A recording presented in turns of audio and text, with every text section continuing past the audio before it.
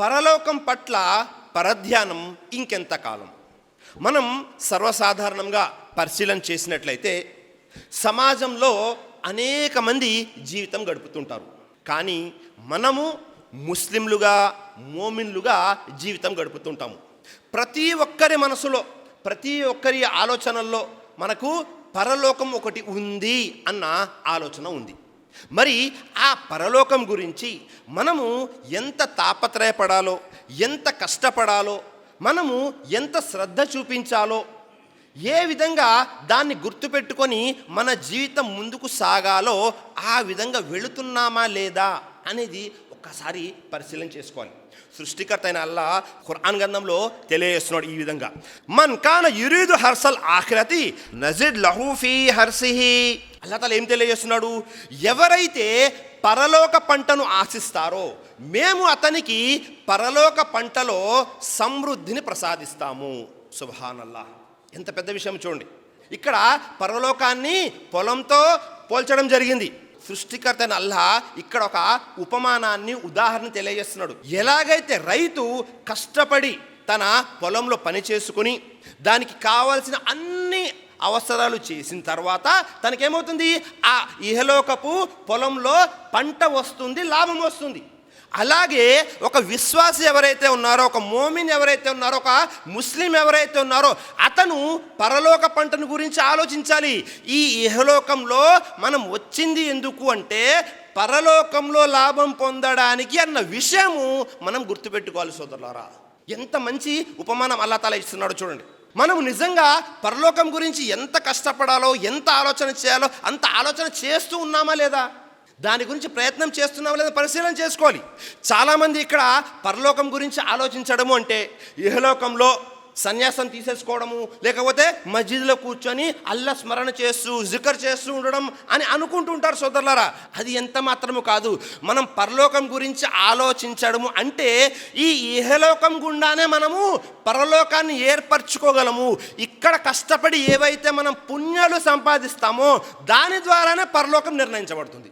ఇక్కడ మనం ఏదైతే సదాచరణ చేస్తామో, ఇక్కడ ఏదైతే మనం విశ్వసిస్తామో వాటి ద్వారానే పరలోకం దొరుకుతుంది. అంటే పరలోకంలో మనము విజయం సాధించాలి అంటే ఈ ఇహలోకంలో కష్టపడాలి. ఇహలోకం ద్వారానే పరలోకం దొరుకుతుంది. మరి మన ఉదయం ఎక్కడవుతుంది, మన సాయంత్రం ఎక్కడవుతుంది? మనము నలుగురిలో ఉన్నా, ఒంటరిగా ఉన్నా, వెలుగులో ఉన్నా, చీకట్లో ఉన్నా, మనము బంధువులతో ఉన్నా, స్నేహితులతో ఉన్నా పరలోకం గురించి ఆలోచిస్తున్నామా లేదా అనేది ఎవరికి వారు ఆత్మ పరిశీలన చేసుకోవాల్సిన అవసరం.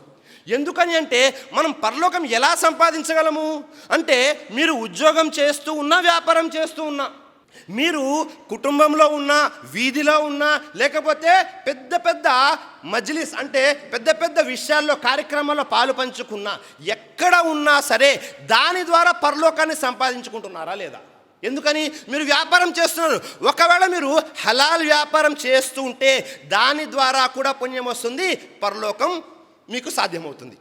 మీరు ఏ పని చేస్తూ ఉన్నా దానికి పరలోకంలో ఏ విధంగా మనకు సహాయం అందుతుంది అన్న విషయాన్ని ఎప్పుడు కూడా గుర్తుపెట్టుకొని ముందుకు వెళ్ళాలి సోదరులారా. ఒకవేళ మనము ఈ విషయం మర్చిపోయామనుకోండి, ఈ ఇహలోకంలో దొరికే తాత్కాలికమైనటువంటి సుఖాల వెంట, తాత్కాలికమైనటువంటి ఆనందాల వెంట పడుతూ ఇదే శాశ్వతము, ఇక పరలోకం ఉందో లేదో అన్న ఆలోచనలో మనం ఉన్నాము అంటే మనమందరము కూడా నష్టపోయే వారిలో ఉన్నాము. సృష్టికర్తను అల్లాహ్ తాలా తెలియజేస్తున్నాడు 59వ అధ్యాయం సూరా హషర్ 18వ వాక్యంలో, యా అయ్యుహల్లజీనా ఆమను తఖుల్లాహ వల్ తన్జుర్ నఫ్సుమ్ మా కద్దమత్ లిగద్ వత్తఖుల్లాహ్. యా అయ్యుహల్లజీనా ఆమను తఖుల్లాహ, ఓ విశ్వసించిన ప్రజలారా అల్లాహకు భయపడుతూ ఉండండి. వల్ తన్జుర్ నఫ్సుమ్ మా కద్దమత్ లిగద్ వత్తఖుల్లాహ్. ప్రతి వ్యక్తి తాను రేపటి కొరకు ఏమి పంపుకున్నాడో, ఏమి సంపాదించుకున్నాడో ఒక్కసారి పరిశీలన చేసుకోవాలి. ఎందుకని?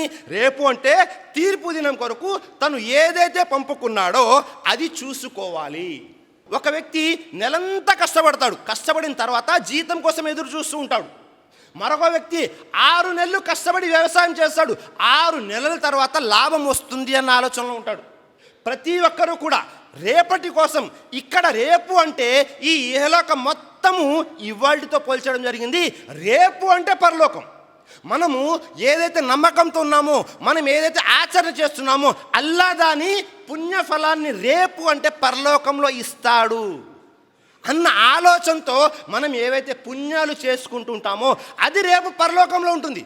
ఒకవేళ ఆ రేపటి గురించి మనం మర్చిపోయాము, ఈ ఇహలోకంలోనే మనకు ఏవైతే చిన్న చిన్న ఆనందాలు దొరుకుతున్నాయో ఇదే శాశ్వతం, నా ఇల్లే నాకు స్వర్గం, నా కుటుంబ సభ్యులతో నేను ఏదైతే ఆనందంగా గడుపుతున్నానో అదే శాశ్వతం అనుకుంటున్నారా? లేకపోతే ఇక్కడ మీ మీదకు వచ్చే, మన మీదకు వచ్చేటటువంటి చిన్న చిన్న కష్టాలని తట్టుకోలేక, పట్టించుకోలేక మనము అదే శాశ్వతము, ఈ కష్టాలే శాశ్వతంగా ఉంటాయి అని అనుకుంటున్నామా అంటే పరిశీలన చేసుకోవాలి. కానీ మనం ఏదైతే రేపు అల్లా పరలోకంలో మనకు పుణ్యఫలం ఇస్తాడు అని చేస్తూ ఉన్నామో దాని ద్వారా ఖచ్చితంగా రేపు అల్లా పరలోకంలో ఇస్తాడు. అల్లా తలుచుకుంటే ఇహలోకంలో కూడా ఇస్తాడు సోదరులారా.